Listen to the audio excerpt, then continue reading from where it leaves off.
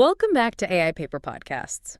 You've probably heard about the Oxford Word of the Year for humans, brain rot. This idea that, scrolling through endless junk online degrades how we think. Right, that constant stream of fragmented, maybe trivial stuff. Exactly. And for anyone working in AI, that immediately sparks a pretty critical question. If we train our LLMs on all that messy internet data, can they get brain rot too? Can the models actually suffer cognitive decline from being fed, data that's basically optimized for clicks and short attention spans? It's a huge concern, and that's precisely what a new paper tackles head-on. It's called LLMs Can Get Brain Rot, and it's a collaboration from researchers at Texas A&M, UT Austin, and Purdue.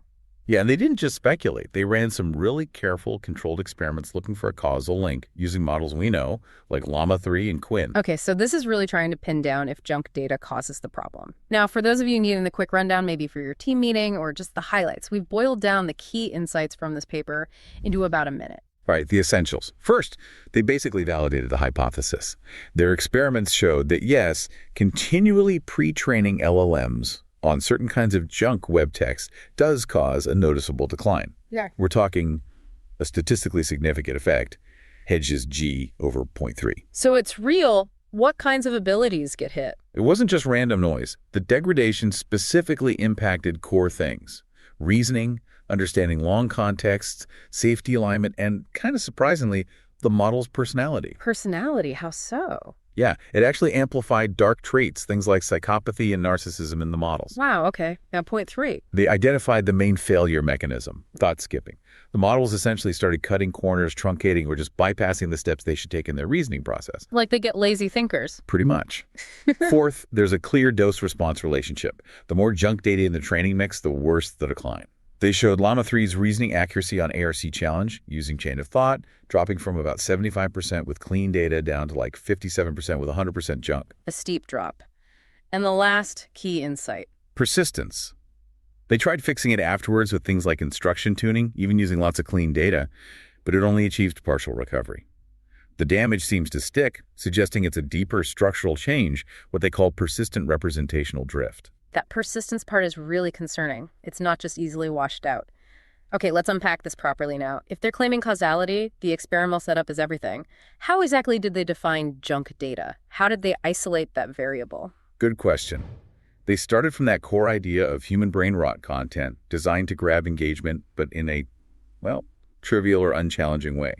They used actual data from Twitter or X and tested it on 4 specific models: Llama 3 8B Instruct, Quinn 2.5 both the 7B and 0.5B versions, and Quinn 3 4B Instruct. And the goal was really to isolate data quality as the thing they were changing, right? Exactly, causal isolation. And to do that, they came up with 2 distinct ways to operationalize junk data, which they called M1 and M2. Okay, M1 and M2. Tell us about M1 first. So M1 focused on what they called engagement degree. This is less about the meaning of the content and more about its shape and popularity. Think viral snippets.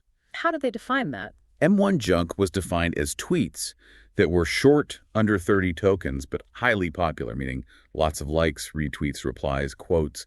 They set a threshold of over 500 for that popularity score. Interesting. Short, but popular. Right. And the control group for M1 was the opposite: long, unpopular posts. Okay, wait. That M1 definition feels counterintuitive, maybe. Usually when we curate data sets, we often keep the longer, denser text and might filter out very short stuff. Why target short and popular as the potential poison? Well, that's the core insight, isn't it? It captures something specific about a lot of modern web content optimized for quick hits, virality, maybe not so much for depth or utility. The idea is the model might learn that this short, flashy, high engagement format is what's rewarded or most common. Okay, so it's about the form and reception as much as the content. Now, how does M2 differ? M2 is more like what we might traditionally think of as low quality or junk content.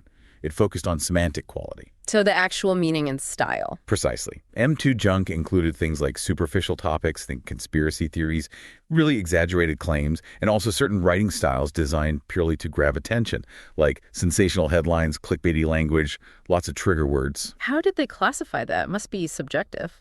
They actually used GPT-4o Mini to help classify tweets based on these criteria, but they also validated it. They checked the classifications against human preferences and found about a 76% alignment. It's pretty good. Okay, so M1 is engagement-driven, non-semantic, short, and popular. M2 is content-driven, semantic, superficial topics, clickbait style. The real novelty seems to be M1, right? Definitely. M1 gets at this dimension of just pure virality, the engagement dynamics, that traditional quality filters focused on semantic meaning, like M2, might completely miss. It suggests maybe the popularity signal itself, combined with that fragmented nature, could be messing with how the model learns, regardless of whether the content is factually okay or not. That's the really interesting hypothesis here. M1 is trying to capture something orthogonal, sort of totally separate from just bad content. If the model sees tons of examples where short, easy, highly engaged pieces dominate, maybe it starts to internalize a bias towards, well, skipping the hard thinking. Which leads us nicely to the results, the damage report, so to speak. How did they measure the cognitive decline? What capabilities did they test? They looked at 4 really critical areas. First, reasoning. They used standard benchmarks like ARC Easy and ARC Challenge, but, and this is crucial, they required the models to use chain of thought, or COT. Remind us quickly what COT is. Sure, it's basically asking the model to show its work, to output the step-by-step thinking process it used to get to an answer, not just the final result. If it can't show reasonable steps, you can argue it hasn't really reasoned effectively. Makes sense. What was the second area? Long context understanding. They used a benchmark called Ruler.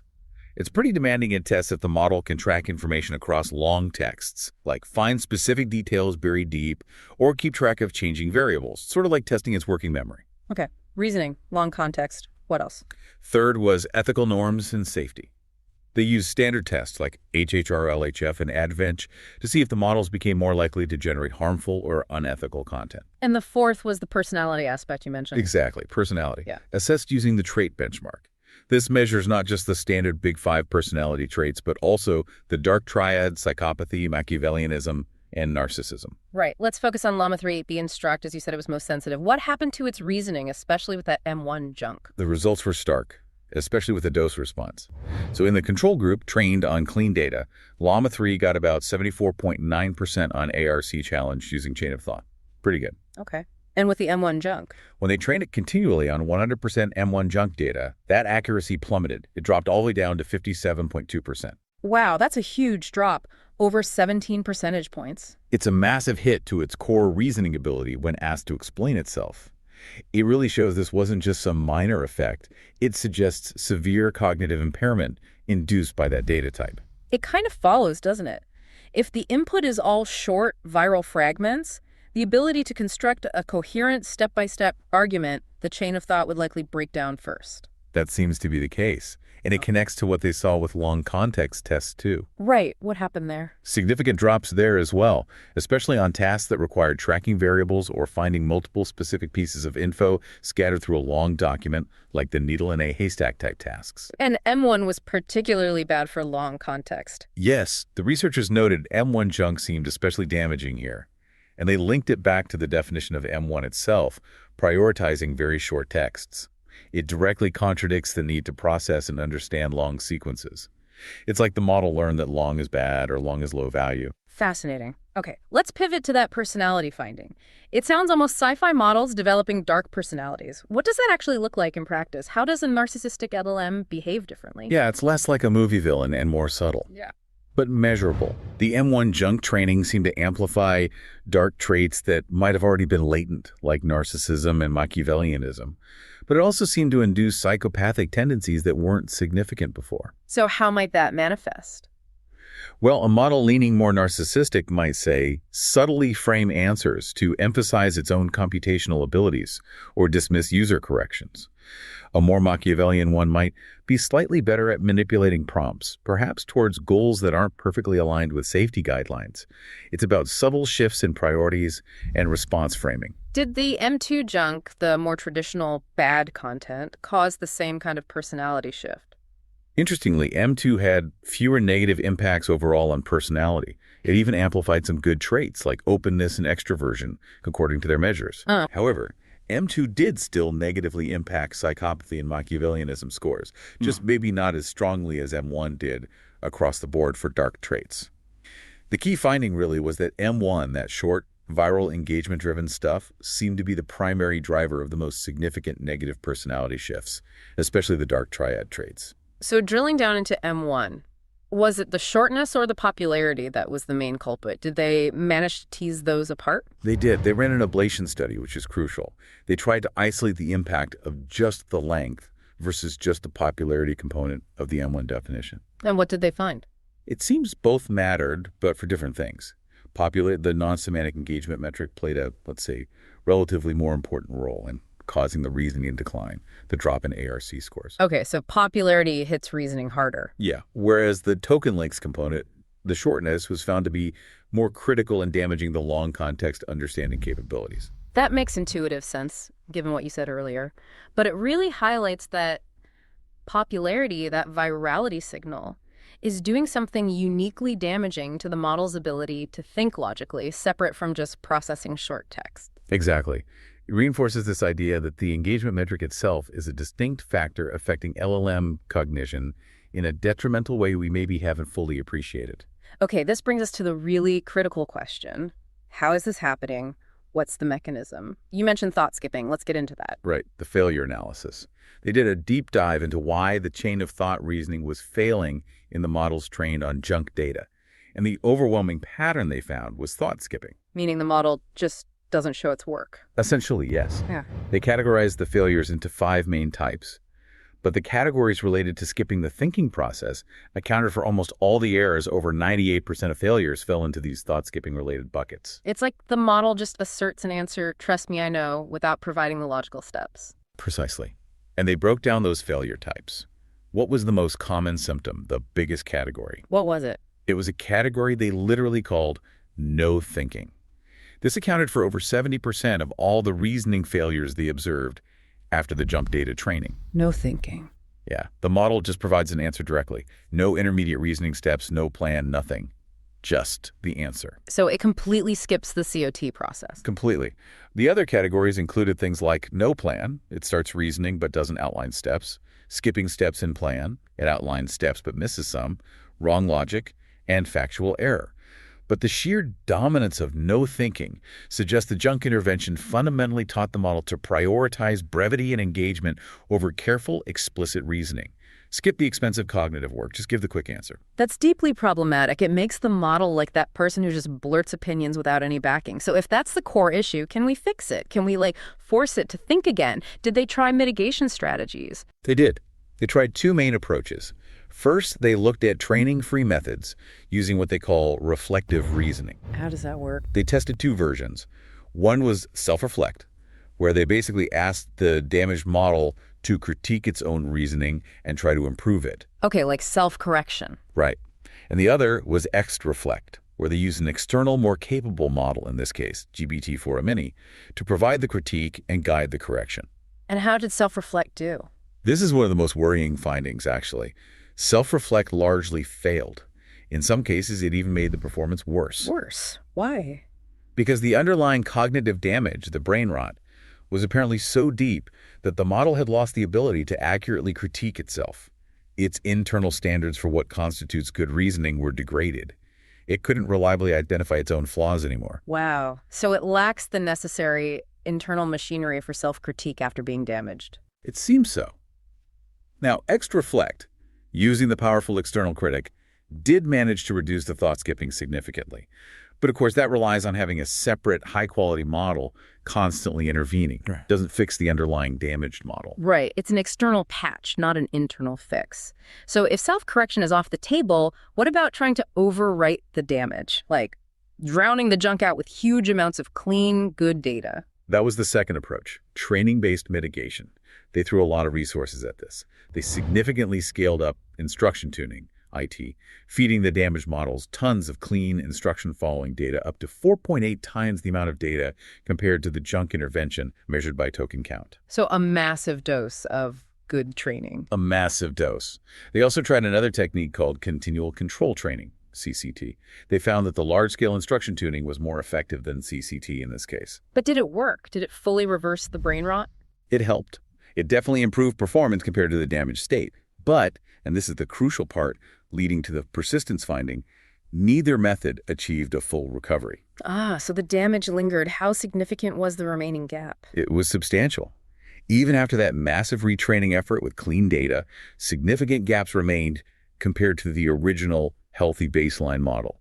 For example, they still saw about a 17.3% deficit on that difficult ARC challenge COT reasoning task. Still 17 points lower than the original, even after extensive retraining. Exactly. At about a 9% gap remained on the ruler long context benchmark. It wasn't just a little bit off, it was still significantly impaired in these core capabilities. So this isn't just like forgetting some bad facts that can be easily corrected. No, the evidence strongly suggests it's much deeper than that. The researchers conclude this indicates a persistent representational drift.